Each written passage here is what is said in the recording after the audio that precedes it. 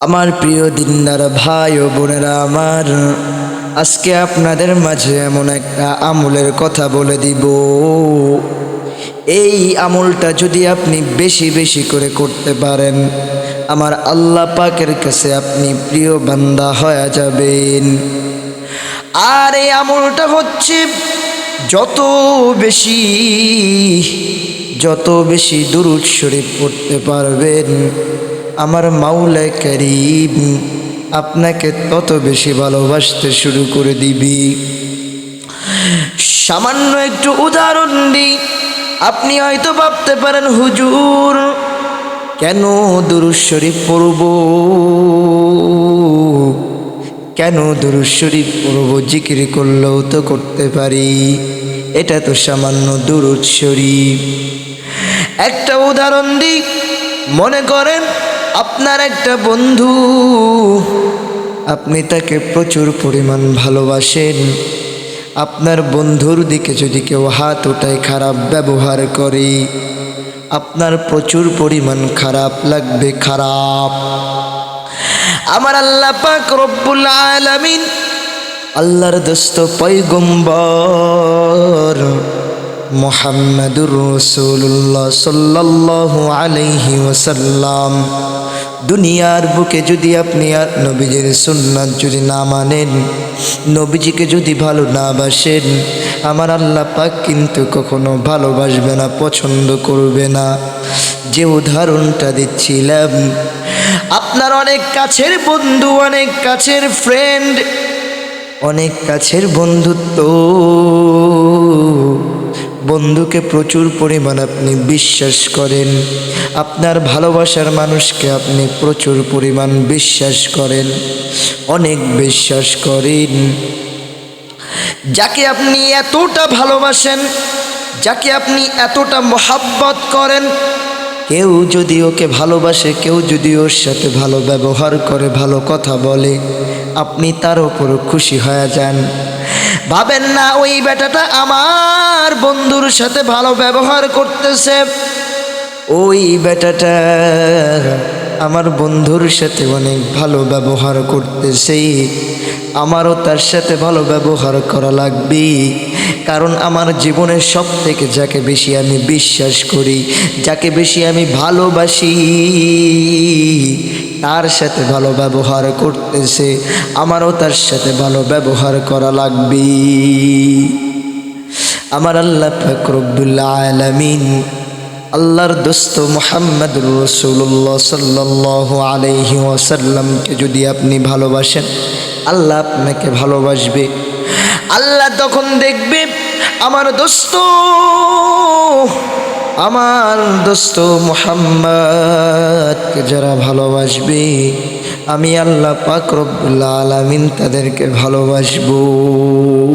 এটাই তো স্বাভাবিক, তাই না? আল্লাহর দোস্তকে ভালোবাসবেন, আল্লাহ খুশি হয়ে যাবে। একটু সময় পাইলে তো আপনি গীবত নিয়ে ব্যস্ত হয়ে যান, একটু সময় পাইলে তো আপনি গুনার কাজ নিয়ে ব্যস্ত হয়ে যান, গান বাজনা নিয়ে ব্যস্ত হয়ে যান। আপনি একটু সময় পাইলা কার সাথে অপকর্ম করা যায়, ব্যস্ততার জন্য আপনি সময় বের করতে পারেন না। আজকে আমি বেশি কোনো কথা বলবো না। আপনার জীবনে অনেক বড় গুনাহ আপনি করে ফেলেছেন, আর ভাবতেছেন আমি একটু সময় যাওয়ার পর, একটু আস্তে আস্তে সময় যাওয়ার পর যখন আমি মুরব্বি হয়ে যাব, দাড়িগুলা যখন পাইকা যাবে, তখন আপনি আল্লাহওয়ালা হয়ে যাবেন, এইরকমটা ভাবতেছেন। আর যুবক বয়সটা আপনি শয়তানের রাস্তায় কাটা দিতেছেন। কত মা তো সন্তানের অপেক্ষায় বসে থাকে বাসার ভিতরে, আমার সন্তান বাজারে গেছে, আমার জন্য বাজার নিয়ে আসবে, কত আশা নিয়ে আপনি বসে থাকেন। কিছুক্ষণ পর ওই সন্তানের লাশটা চলে আসে, আপনি টেরও পান না। সামনে তাকায়া দেখেন সন্তান তো আসতেছে না, কে জানি একটা কাফনের কাপড় পেঁচানো একটা লাশ নিয়ে আসতেছে। তাকায়া দেখে এই লাশটা তো আর কেউ না, এই লাশটা তো আমার সন্তান।